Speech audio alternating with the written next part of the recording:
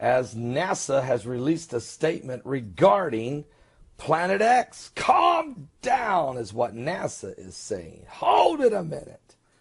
Even though NASA confirmed there was a Planet X in 1984, they're now trying to reshift the focus.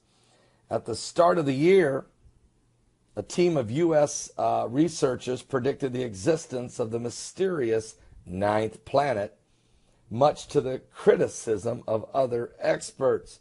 But a group of physicists in France then looked at their own models, along with the data from the Canassi spacecraft, to narrow down the search for the giant stellar body known as Planet X, or Nibiru. All right. Now, NASA scientists have dismissed claims that an unexplained object is tugging on the spacecraft, and added that even if it did, the tugs would not be caused by a planet. Now, researchers involved have told Mail Online the NASA scientists are incorrect in their dismissal of the paper. Matter of fact, the unknown world, dubbed Planet 9 by some, Planet X by others, Nibiru, also Planet 7X, they're all others. It's thought to be about 10 times more massive than the Earth and the furthest planet from the Sun, but its exact location still unknown. Why do we think it's there if no one can see it other than NASA in 1984? And NASA set up a team of scientists for 7 years. Then they quit talking about it in 1992 when the lead scientist died. Yet I have spoken to those that worked on what was known as the Nibiru project in intelligence of space intelligence for the United States of America. Believe me, they know it's out there. As a matter of fact, why did NASA spend billions of dollars upgrading the Hubble telescope and other observatories around the world, including the South Pole? And why did the Vatican spend millions of dollars also with a telescope in Arizona named Lucifer, looking for this planet or watching this planet, as well as other things going on in space? Well, NASA scientists have now said the spacecraft is not experiencing unexplained deviations in its orbit, although reports a few days ago it was by NASA. Now NASA says, no, it's not. We're talking about that probe that goes around Saturn. All right? Now, an undiscovered planet outside the orbit of Neptune, also known as planet number 9, 10 times the mass of Earth, would affect the orbit of Saturn, not the probe, says William Faulkner, not the author, okay, a planetary scientist at the Jet Propulsion Laboratory. Faulkner develops planetary orbit information used for NASA's high-precision spacecraft navigation. This could produce a signature in the measurements of the Saturn probe while in orbit about Saturn, if the planet was close enough to the Sun. But according to Professor Jacques Lasquer, researcher on the study told Mail Online and others, this is exactly what we have done. We have simulated the presence of Planet 9 and looked to the induced effect on the Earth-Saturn distance as measured by the Saturn probe. Our zones of exclusions occur when, he goes on to say, the deviation of Planet 9 on Saturn is too large to be comparable with the data from the Saturn probe. With data from 2004 to 2014, the exclusion zones of 180 degrees wide. The press release from the Jet Propulsion Laboratory is very confusing, and essentially it's wrong, says Professor Lasker. We do not see any unexplained signature above the levels of the measurement noise with the Saturn probe data taken between the years 2004 and 2016. So there's a conflict now. Mike Brown, I was looking at my son's website, the Crusader Journal. He writes, however, it talks about Mike Brown, who NASA has said is their golden boy. He's the poster child to represent what NASA's been doing and saying. He says, without question, there's some type of gravitational tug on the Saturn probe and all the planets, according to NASA data and other scientific and studies, including the French, who are agreeing totally with Mike Brown. However, Mike Brown's claims have just been presented and have not yet been analyzed by independent researchers. NASA, however, did release a statement regarding the claims made by Mike Brown regarding their Saturn probe spacecraft. NASA has completely dismissed these claims, saying that there is no gravitational tug occurring on the Saturn probe. NASA also states that if there was a sudden gravitational tug happening to the probe spacecraft, it does not mean that it is a planet or Planet 9 or Planet X. So NASA is sending so many confusing messages. But that's not the first time, guys. Remember asteroid TX68? I had BP Earthwatch on my show about a month ago or so, and he showed us, and I seen it with my own eyes because I watch the earthquakes and asteroids on a daily basis, and they literally changed how close TX68 was going to go by the Earth 4 times. They changed the distance of it 4 times. I mean, are you serious? And the date that it would go by, they changed it from March 5th to March 8th to March 7th to March 5th to March 7th. 4 times. On the same chart, everything else was consistent, but TX68, they changed its distance to the Earth anywhere from 3 million miles to 9,000 miles. And they just kept doing this, 4 different distances, 4 different dates, keeping us always in the dark. Here's the one thing they never would do. They never would put together for us the fact that we had a cluster of asteroids coming ahead of asteroid TX68 and a cluster that's come in behind it, all of which are near-miss objects of the Earth. NASA now is starting to play this same shell game as it relates to Nibiru or Planet X. So, again, they call it Planet X, Nibiru, Planet 9. Pluto was once a planet, so Pluto was Planet 9. Then they said Pluto's no longer a planet. Now they're saying, well, maybe it is a planet. This is all a shell game to keep everyone guessing. The problem is the astronomers, the French observators, the Vatican, a lot of the guys, the scientists up on the observatories up in Chile who say they saw it. They said in December they saw Planet X. They reported it. The reports that NASA had already told us they'd seen it in 1984. I mean, so all of these things seem to be pointing to the fact that NASA is playing games. NASA, by the way, if you want to know what it means never a straight answer. This is what's going on. So we're going to continue to do what we do and watch what the Bible says. There will be signs in the sun and in the moon and in the stars.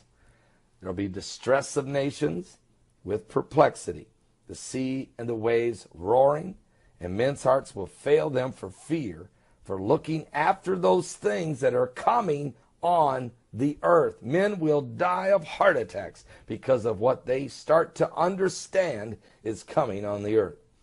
But Christians won't. We won't go hide in an underground bunker. We will not die because we understand what's coming. Instead, we will look up, for our redemption is drawing nigh. Christ is coming. Are you ready? Give your life to Jesus Christ. Trust in Jesus Christ above all. His word. And we're going to start the mix with the end of days. It was seen in Australia overnight.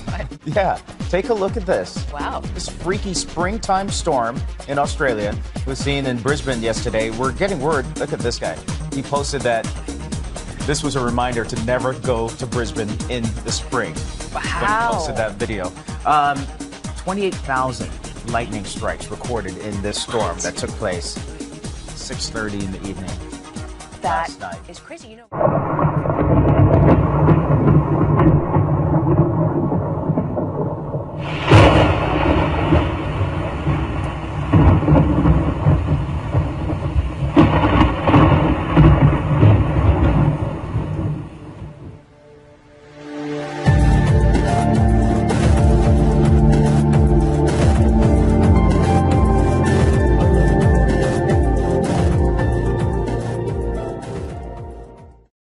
Hundreds of fish have washed up on a beach south of Perth. Local fishermen are angry. There's still no word on what's caused the deaths.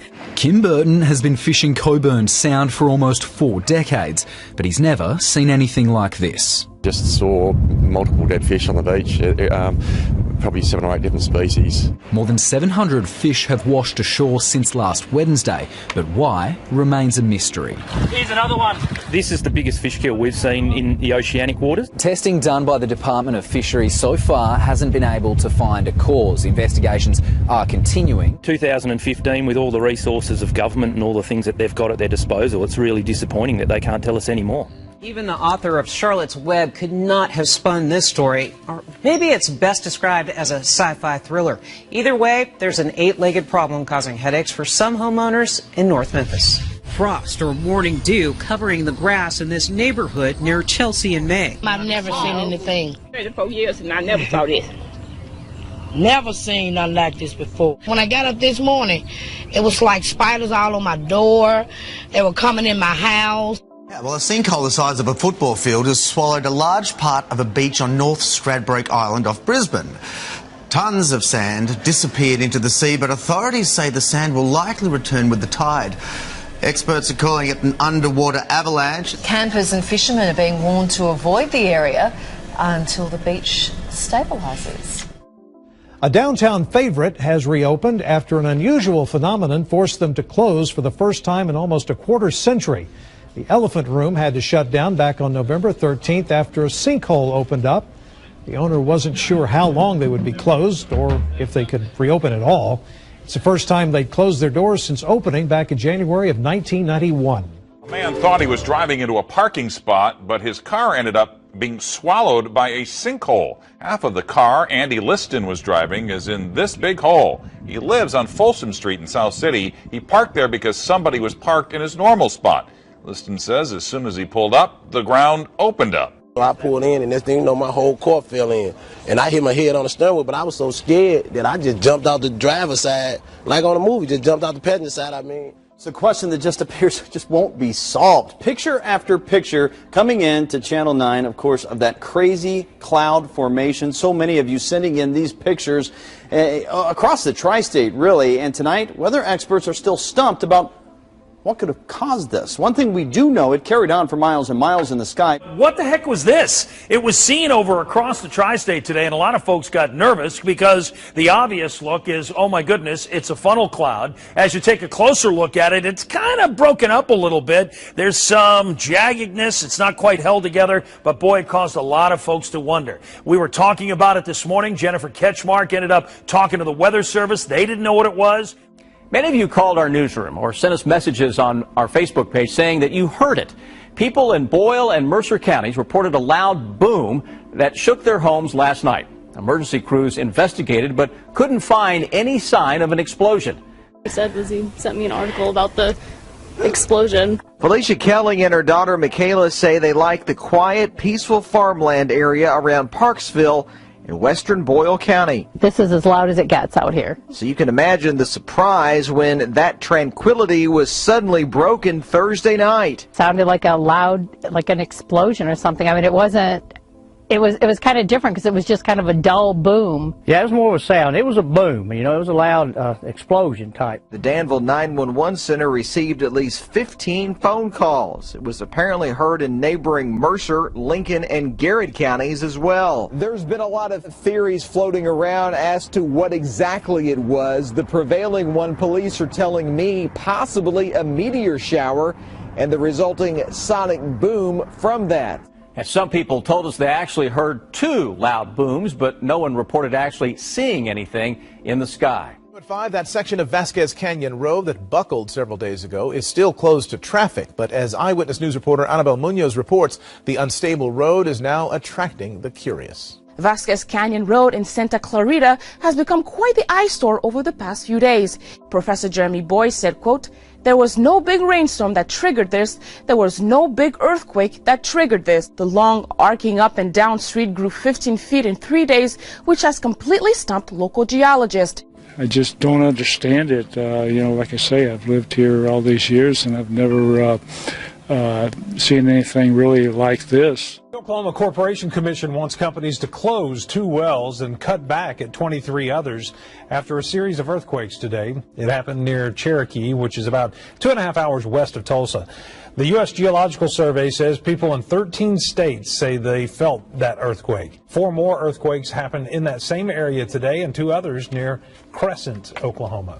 The U.S. Geological Survey says a 5.9 magnitude earthquake has struck northern Afghanistan. Well, if you thought you felt the earth move beneath you in the early morning hours, you're not alone. A small earthquake, registering at 3.6, shook the area near Cornwall today just after midnight. The quake was reported 15 kilometers from Cornwall. There are reports that residents heard a loud crack before the rumbling began, lasting around 20 minutes. Good evening, everyone. The New Madrid fault caused quite a stir this morning and throughout the afternoon. You may have felt it. There were 12 earthquakes reported today, all centered near Lilburn, Missouri. One man working in the area says all the rumbling woke him up. I was laying in bed and it hit, and I thought it done broke the bed down. I thought the bed done broke completely down with hard as it hit. And it wasn't too long later, and we had another hard thud. But so many quakes so close together is a bit unusual.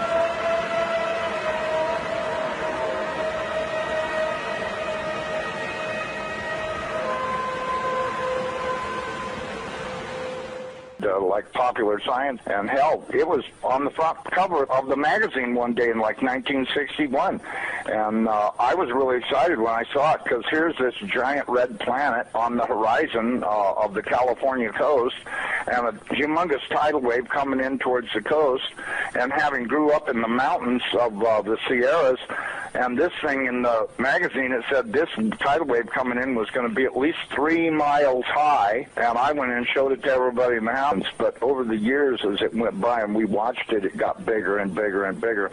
And then finally, about 2008, we could see this thing like it was across the street, and we could see that it was a blazing hot ball of fire giving out sparkles of red iron oxide dust for thousands of miles in every direction, and you could see the planet circulating it. Now, I'll tell you one thing that I really am nervous about. I think this thing's got a planet like ours circling it. This is its own solar system. We're about to have a solar system come through the middle of our solar system. This can't be good, but unfortunately, it looks as though that's what's going to happen. Hopefully nothing in this mess will hit us, even though it does say it will in the Bible, at leastwise it does in my Bible. It says we can expect all kinds of problems. We were looking at asteroids. Right close to this thing, there's asteroids that are floating around right near the, that are orbiting the main sun itself. These things appear to be about 500 miles across, and as you go back into the tail, you get into meteorites that go back for millions of miles in the tail. This thing looks like a giant red teardrop-shaped dust cloud, and you can see once if you're able to see it up close like we did, you can see every speck out there. I guarantee you there's trillions of meteorites following this thing. Now, these CIA people that I know say that we're not going to be that close to it when it goes past us. They're saying that in order to attain breakaway speed, when it comes up around the backside of the sun, its speed will at least double, possibly more, which will put it here earlier than everybody is saying it will, and that this thing will probably be about 20 million miles from us when it crosses in front of us. And then as soon as it flips us upside down, we're going to go into its debris field tail and be pelted with meteorites. And of course in the Bible it says they will talon 70 pounds. So if you've got 70-pound meteorites falling like hail, and I can guarantee you they will be falling like hail because there are that many in the tail of this thing. This thing has got a tail loaded with trash. I mean, it's incredible the amount of stuff that's in this thing's tail, and we're going to go right through that tail, and if it doesn't beat everything on the surface of the ground into a flat putty, I don't know what it'll take. I tell everybody, you better be at least 20, 30, 40, 50 feet on the ground and have either concrete or stone above you, because it'll break through the roof or whatever you've got if you don't. These CIA guys told me that this pole shift will probably happen from start to finish in around 28 minutes. That doesn't give you a lot of warning. When you see that thing out there in the sky, you're going to have to run as fast as you can to your underground facility, because this is going to happen so fast. Now, see, here's another thing nobody's talking about. You've got this giant iron planet that they say is 47,000 miles across, getting ready to come up past us, and when it starts to approach us, it's going to start and have real serious effects. So is it a planet or a failed star? It's not a failed star. You know, I saw this thing up close. It did not look like a failed star. It looked just like our sun. Right. Okay. Would you call our sun a failed star? No. Okay. Well, you had said planet. I wasn't sure if it was like a failed star, brown dwarf, or a full sun. So it's a full sun? It looks to me like a miniature sun, just like the one we have. The only difference is our sun is giving off flames and stuff, and this one's doing the same thing as it, but it's giving off this red iron oxide cloud of dust around it, and until it got close, we couldn't even tell what was in there. We could see it was hot, and it looked like it was just a dull red when we were first able to discern it through the red cloud, but as it approached, it started to become more apparent that this thing is just orange hot. I mean, to tell how hot it is, I was told that it was, they estimated between 5 and 10 million degrees, but, you know, I don't really know, if that's right or not. I mean, it's got to be pretty hot because it's sending all of this red iron oxide dust out into space around it. Right. And it's got this enormous, and I mean enormous, at least 50 or 100,000 miles on each side of it, this red dust cloud that goes all the way around it. I know when we were watching it, as it started to make the upward swing to approach behind our sun, it was amazing. The red dust cloud settled down. Instead of being round, it started to settle down into a V, like wings, upside-down wings. Right. And I thought, boy, I wonder if that's where the ancient Sumerians got the idea this thing had wings, because, you know, centrifugal force is a funny thing. When it comes back up around the planet, when we see it in the sky, my guess is it's going to look like it's got wings, because centrifugal force is going to be pulling the red iron oxide dust and particles out to one side, and then as it starts to climb out and go away from us, listen, I was told that this thing's magnetic field is going to be so strong, anybody that does not have a padded lead helmet to wear will have their brain gutted for everything they ever knew, and they'll be a complete raving moron after this thing passes. They'll lose they won't know, they'll pee in their pants. They won't have a clue what's going on, because this thing will gut their brain. And you know, I was reading a deal in my Bible. It says that after this happens, that nobody will care because they won't be able to remember it. Well, of course, I was told by somebody the reason that is because the electromagnetic field from this thing will be so strong, because, see, as it comes up underneath of us, it's going to start and pull us toward it. And then, just like a pair of big magnets, all of a sudden it's going to lock onto us. And when it does, it's going to be like the Jolly Green Giant hit the earth in the ass. It's going to send a jolt 500 to 1,000 foot high. This is what I'm told. 500 to 1,000 foot high shock waves all the way around planet Earth. They'll be so bad that in a lot of areas that don't have good solid soil, it'll fluff it so badly that you'll practically be like you're standing in quicksand. And that this thing's magnetic field will literally gut your brain of everything. And so you may want to give some thoughts to getting you some sheet lead, build you a little lead helmet to wear, you know, like a little motorcycle helmet to protect your entire brain and the back of your neck, so that way this can't happen. Because, you know, if these guys are right about this, and I'm pretty sure they are, because I know for a fact they know what they're talking about when they say stuff. And so, you know, and it does sound reasonable to me, knowing what I do about electromagnetic energy, that this could happen, and it very easily could gut everybody's brain for everything they ever knew, and they'll stand there and pee in their pants and go, gee, what was that? And that's if they still know how to talk. And there won't be any doubt in anybody's mind, because this thing's going to look like a big red dragon, exactly like all the ancient Sumerians and the Chinese and all the rest of them that had documented this thing's passing before. It didn't look like a white ball or a snow cloud or nothing. It looked like a big red iron oxide dust cloud with a superheated star in the middle of it. And I mean, you know, and that's what we've seen. So, you know, I don't care what anybody else says. There's a possibility. There's more than one thing out there. You know, I watched it through the Hubble Space Telescope, and when this thing looked like it was across the street, the Hubble got cut off and they encrypted it, and that was the end of any transmissions we had to watch.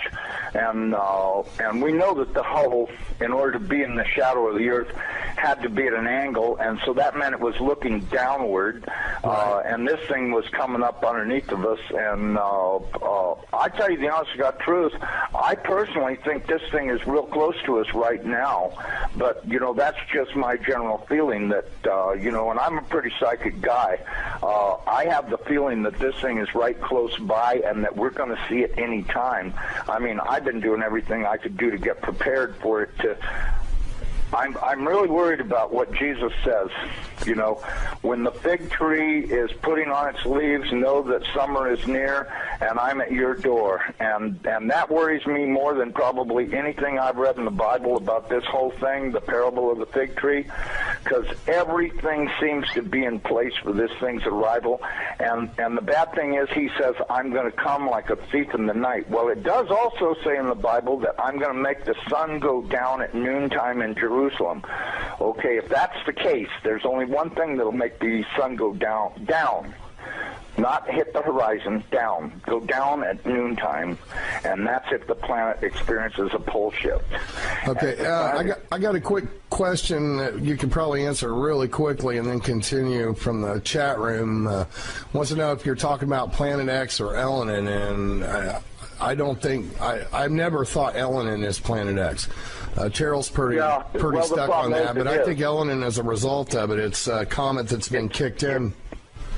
Elenin is extinction level event Nibiru is near. Right. Does that explain it? Yeah. Okay, because listen, they've known about this thing forever. And I mean, they've known about it forever.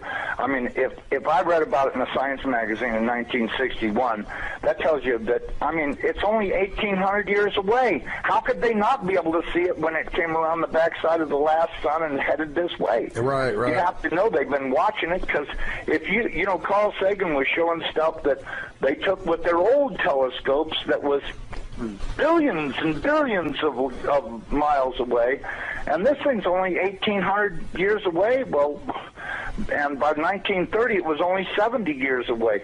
You know, we do estimate that this thing, let me give you a thing, maybe you can figure out your own timeline. We estimated that this thing is traveling around 3,500 miles an hour, okay?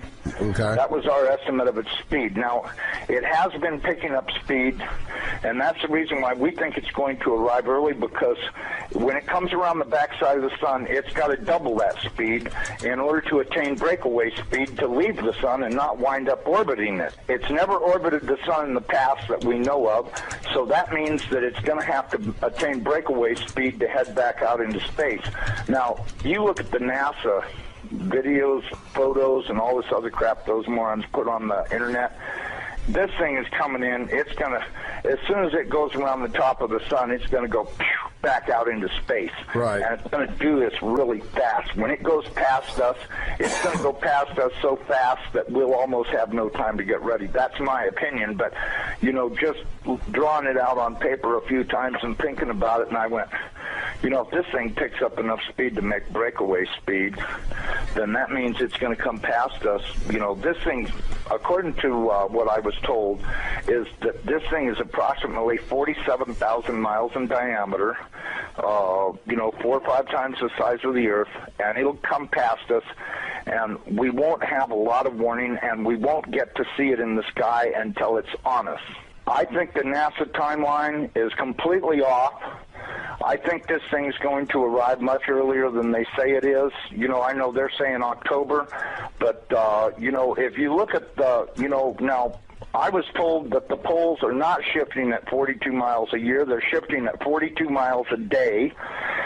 And the reason is because this planet is rolling over to face this thing. Now, when it goes by, it's not going to push our North Pole away. It's going to grab our southern pole with its northern pole, and it's going to be like somebody kicked this planet in the ass. That earthquake that it talks about in Revelations when the opening of the sixth seal comes, from what I've been told, that's very accurate, because that's exactly what's going to happen. There's going to be a massive earthquake when it locks onto us. As it goes past us, we're going to follow it right upside down. The oceans are just going to be roaring from pole to pole, as you could well guess they would, because if you take a planet that's 7,000 miles across and roll it upside down in 30 minutes, you're going to have some real serious problems with wind and water. We should be preparing to expect this thing to show up. You want to hear Insider tell his story about watching Nibiru come in with his buddies from the CIA. They watched it on the Hubble Space Telescope that you paid for with your tax dollars, yet they don't allow you to see the massive planet coming in.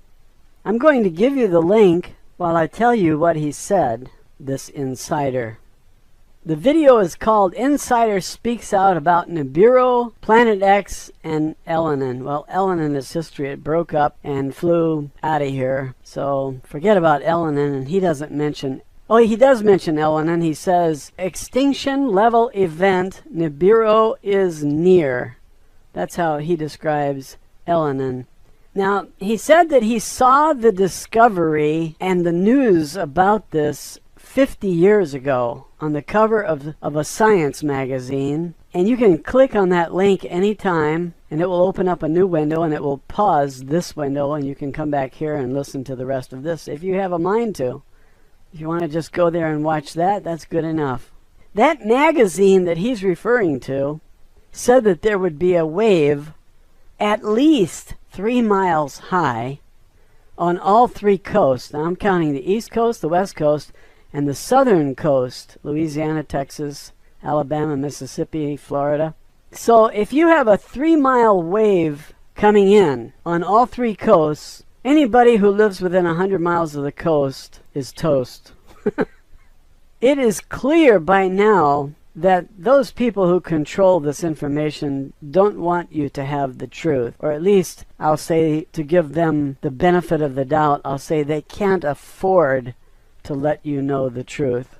But when you see it in the sky, then all the speculation is done, because there it is, right there in the sky.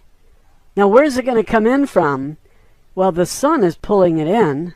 So if you want to know where it's at, you look toward the sun, and if it's behind the sun, there it is.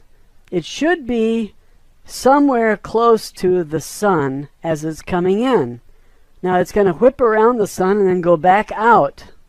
And so it will go out pretty much the way it came in, only on the other side of the sun. Does that make sense? You have to consider that the sun pulls this thing in like a magnet, and it swings around, it goes around the sun. It does not collide with the sun. It goes back out. It'll be back in 3,600 more years. Now we have historical record that shows that this thing has come in the past. It was called many names. The Destroyer, Wormwood, Nibiru. It's called Planet X today as one of the popular names for it. It was called Nemesis. I didn't know that until I read the Pleiadians report. Wendell Stevens' report about the Pleiadians. You have this object that comes in. Now this guy saw it, and his testimony is valuable because he and the CIA, he has buddies in the CIA, they watched it together for decades. And then finally their line was cut. So when I say they don't want you to know the truth, and then I qualify that by saying they can't afford to have you know the truth, you have to consider that if the people knew, they would flee the coast on all three sides. Everybody living in the south would move north. Everybody who lives on the east coast would move west, and everybody on the west coast would go east, and you'd find a jillion people in Missouri and Ohio. This is not good because those states cannot handle a jillion people. There would be no place for them to lift up their hind leg and take a pee. We have to be realistic about this. So I fully understand the secrecy. I just envy those who have underground bunkers. And if you guys didn't get your ticket, well, I'm sorry. There wasn't that many to go around. I got mine. I'm just kidding. I never got one either. I'm out here like a dirt bag just like you. So if everybody moves from the coast, how easy would it be to sell your house and get all your equity out if a big wave is coming in? Nobody would buy your house. If the truth was out, it has to be speculative. Now, the rumors will send the wise inland, away from the coast, and the rest of you can bake in the sun. Who cares? I care. That's why I'm making this video. I would like to see every wise person surviving, and that means you've got to relocate now if you trust that this thing is coming in. Now, this guy gives his testimony. Listen to it and decide. Is he telling the truth or is he a crazy man? If everybody tries to sell their house and they can't, there are going to be some losses. All that equity will be lost. What would the losses be in home equities alone? People work their entire lives to pay off the home, and then they read that a 3-mile wave is coming in and it's going to wreck their home. Well, they try to salvage whatever they can. They try to sell it to some sucker who doesn't know the truth. If this turns out to be the truth that this man is reporting. Now, I don't have any way to determine if he's telling the truth. I listened to his story. I think he's credible. But I thought Drake was credible. And then he starts talking about Nasara. I thought Benjamin Fulford was credible. And then he starts talking about $12 trillion bonds that were offered to him by the Queen. This is hysterical. This isn't reality. This is hysterical. This is comedy writing. If 80% of the people of Earth live within 100 miles of the coast, where are they going to move? 80% of 7 billion is 5.6 billion people, homeless, jobless, and wandering around looking for something to eat. And they want to know if they can use your restroom so they can rest from wandering around. I think it's pretty obvious why the governments all over the world cannot afford to let you in on this private secret. You're just going to have to die. Now, is that bad news? Of course it's bad news. What did you think it was? Good news? People say, why don't you be positive? Well, the truth is sometimes not that positive, is it? It would be better if you know than if you don't know, because if you know a little bit in advance, you have time to prepare, maybe. Maybe. I think you deserve a little bit of a chance. Most people are going to call this man a crazy man. That's good for you. Listen carefully to what he says. If you don't think he's nuts, and you act and the other guy doesn't, you might be able to sell him your house. Anyway, the government has to keep this a secret. And I think the people have a right to know, even if they abandon their homes and try to survive. But I don't own those big banks with all those mortgages, because this will collapse the entire banking system, especially those banks that hold the mortgages. But there will be a chain reaction too. One bank goes down and it takes down 40 others. So you see why they cannot afford to tell you the truth. They want you to go all the way up to the brink of disaster, believing their lies. Who holds the mortgages on these homes? Have you seen any trends that these banks are trying to get out of mortgages along the coast? If you do, that might tell you something. If you know how to do research, why don't you look into it? I don't know how to do that research. All I know how to do is type in google.com and type in my favorite word, and there comes all the web pages that have it. If you're more clever than that, then you lead the way. Those biggest banks who hold those mortgages are the same people who own everything else. And they are protecting their investments by keeping you away from the truth. Disinformation, misinformation, and outright lies and propaganda are all legitimate in their eyes because they're protecting their assets. It is in their interest to wage a disinformation campaign to confuse you and deny you the truth.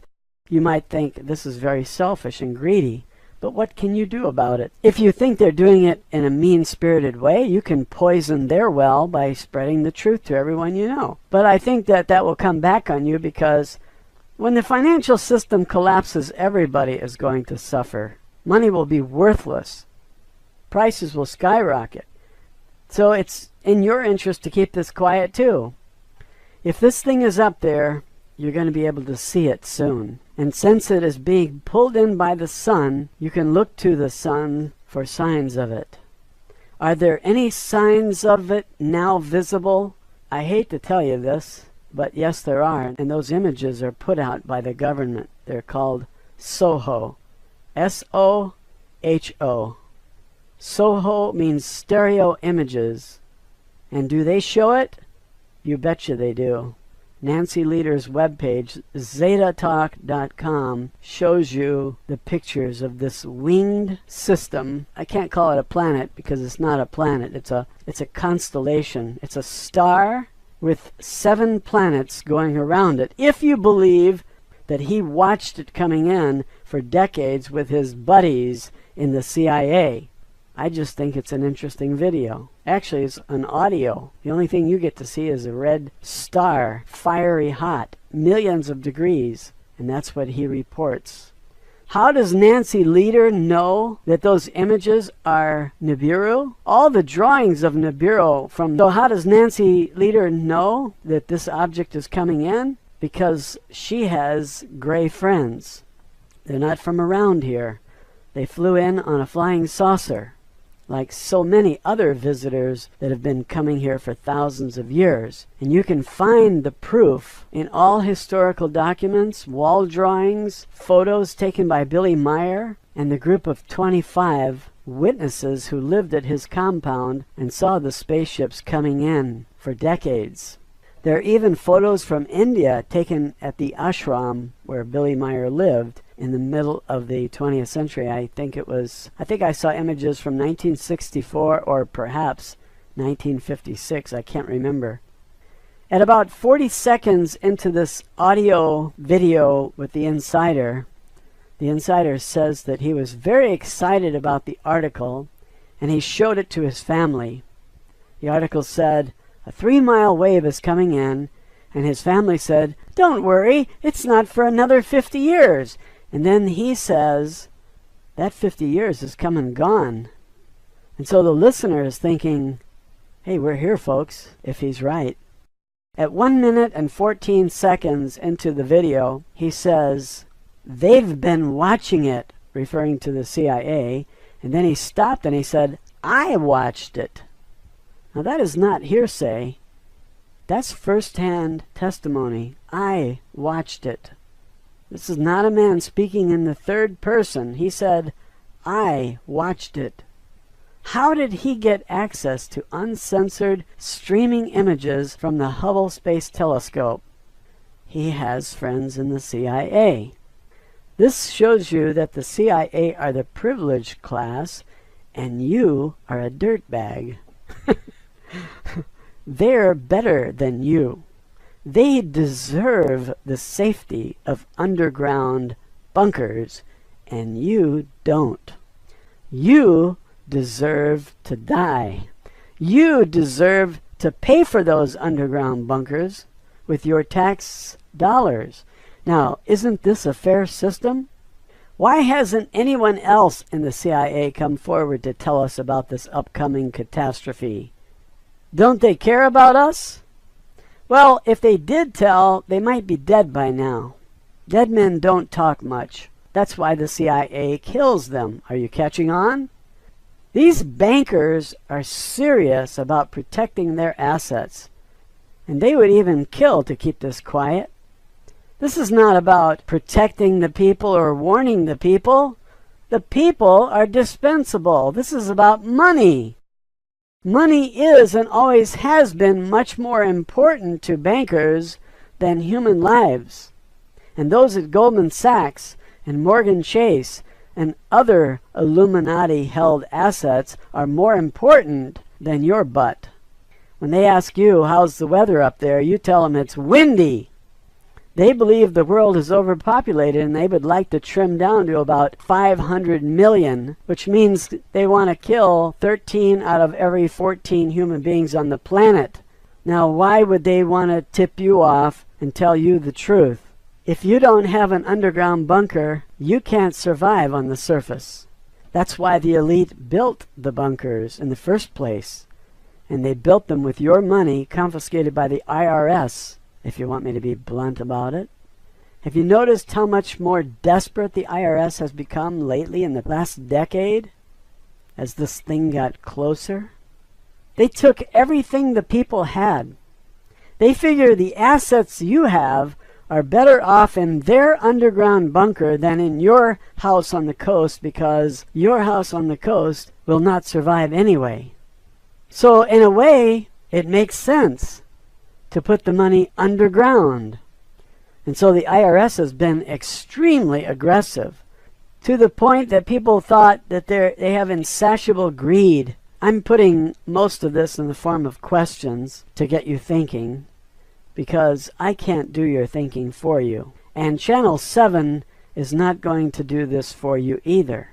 They're going to tell you what to think. It's not going to be in the form of questions. They're going to give you statements which are lies, and when you get wise, you're going to say, I realize that this is propaganda. All media is owned and controlled by the same insiders who are allowed to know that Nibiru is coming in, as evidenced by this man's report, and some have even watched it on the Hubble Space Telescope, like this insider who has a heart and decided to tell us. This secret government controls the puppet president because they appointed him to that office, and he obeys their commands. They told him to ram the health care bill through, and he followed his orders. Now they have direct access to your veins and your parents, so they can kill them off when they can no longer pay the IRS. Then they passed the law that government can kill Americans even without charges. Can you see the handwriting on the wall? Why did all of these things happen? It makes sense when you add Nibiru to the picture. The IRS getting aggressive, the passing of these laws. They want to be able to get rid of people because they're going to die anyway. Now, if you were in charge and you knew that billions were going to die, wouldn't you want to get rid of some of them ahead of time so you can incinerate the bodies? I believe they're killing Americans right now and incinerating the bodies. And I think that's the reason why you don't see homeless on the streets. Because there should be millions. If there are 50 million on food stamps, there should be another 150 million homeless. And I think we're beyond saving lives. I don't think they have any interest in saving our lives. They don't need the population in the first place, and there's no place to put 5.6 billion refugees. So they created this galactic federation of light, and they told the people that a duplicate planet to Earth was created on the opposite side of the sun, so we can't see it. Now, is that a tall tale? Talk about a nutcase. Whoever the guy was that came up with that concoction, there's your nutcase. There's your tinfoil hat. And some people are stupid enough to believe this. I believed it, so what does that make me? Never mind. Don't answer that. Let's move on. Well, if there was a duplicate to planet Earth, don't you think it would have water? Why wouldn't that duplicate planet be just as susceptible to tidal waves as this one that we live on? They also told us that aliens and ships would evacuate us. This is another lie. What's the point in lying to us? They need to stall our reaction to Nibiru by giving you false hope. If most of the population thinks they're going to be rescued, what are they going to do? Absolutely nothing. And what do these controllers want the people to do? Absolutely nothing. They want you to stay on the coast until the last day, and then they'll pick you up. And when they don't, you're going to be screaming, "Hey, what about us?" And they're going to say, "Sorry, suckers," just like they always do. They want to give you false hope. And if you think aliens are going to save you, forget it. They're playing you like a piano, man. This is like jazz. You know what I'm saying, man? They play you like you was a piano, man. Read the Sheldon Neidl webpage, PAO.com. POW, like powerful. POW, PAO.com. And go to the bottom of the page and click on updates. You can go back 6 years and read everything that they've ever put out. It's all propaganda. It's all baloney. Every single report sounds like they're going to land on the Earth tomorrow and you're going to be saved. They're going to give you lots of money and they're going to give you devices that make free food. You're going to fly around in anti-gravity craft. Hey, don't laugh. I believed it. I believed it for years. I was telling everybody we're going to be rescued. It's funny. Those people never believed it. They were smarter than me. So read those reports on the Sheldon Neidl page and tell me if you weren't being played, or the people who read them weren't being played. I'm telling you, they play us all like we were piano heads. Is it okay if I call you Piano Head? Just a friendly reminder. Mr. Piano Head, and if it's a woman, Ms. Piano Head. We should all remind each other that we've been had. We've been played by the secret government. This insider comes out and tells us, "Hey, I watched it. It's real." Do you believe him? Listen to his testimony and tell me if you think he's speaking from actual experience or if he's the greatest actor since Al Gore. At 1:23, he describes this object as a solar system with planets. He talks about the debris or the trash around it. And he says the CIA told him that the average dust particle weighs 70 pounds. It's made of iron.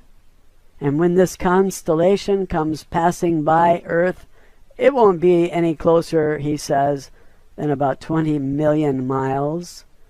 But you know, the sun is 93 million miles away. And if this sun comes by, it's going to get pretty hot here because he said it was millions of degrees hot. I think that's going to scorch the Earth. I think it's going to burn a lot of things. And there are predictions that say just that a third of the Earth would be burned as this thing comes whirling around.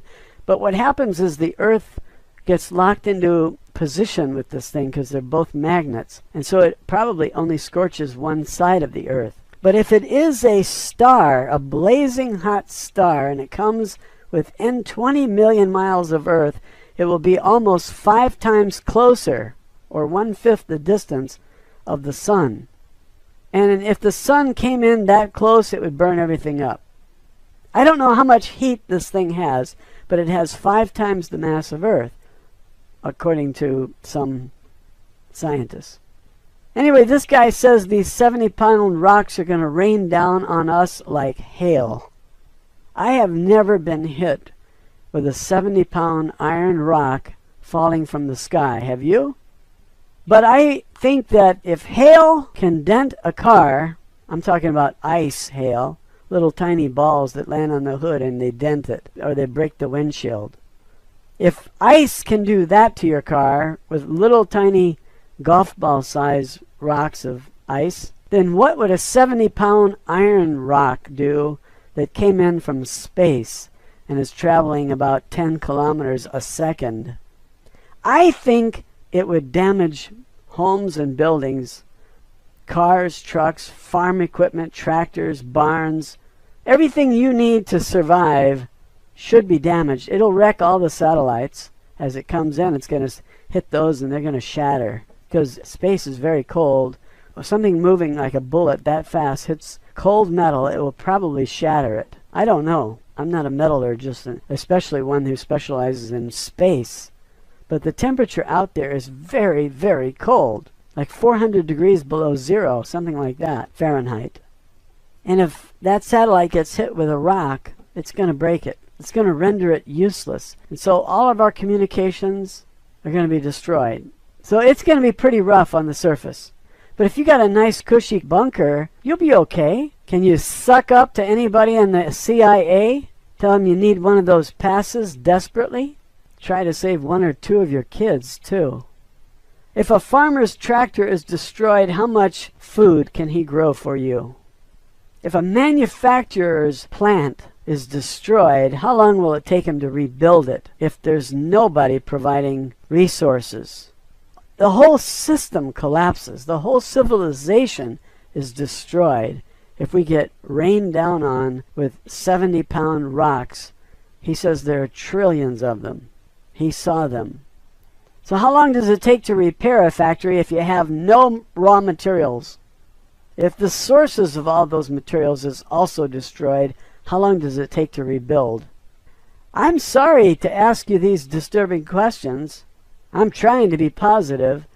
Here's what's positive. You're going to die.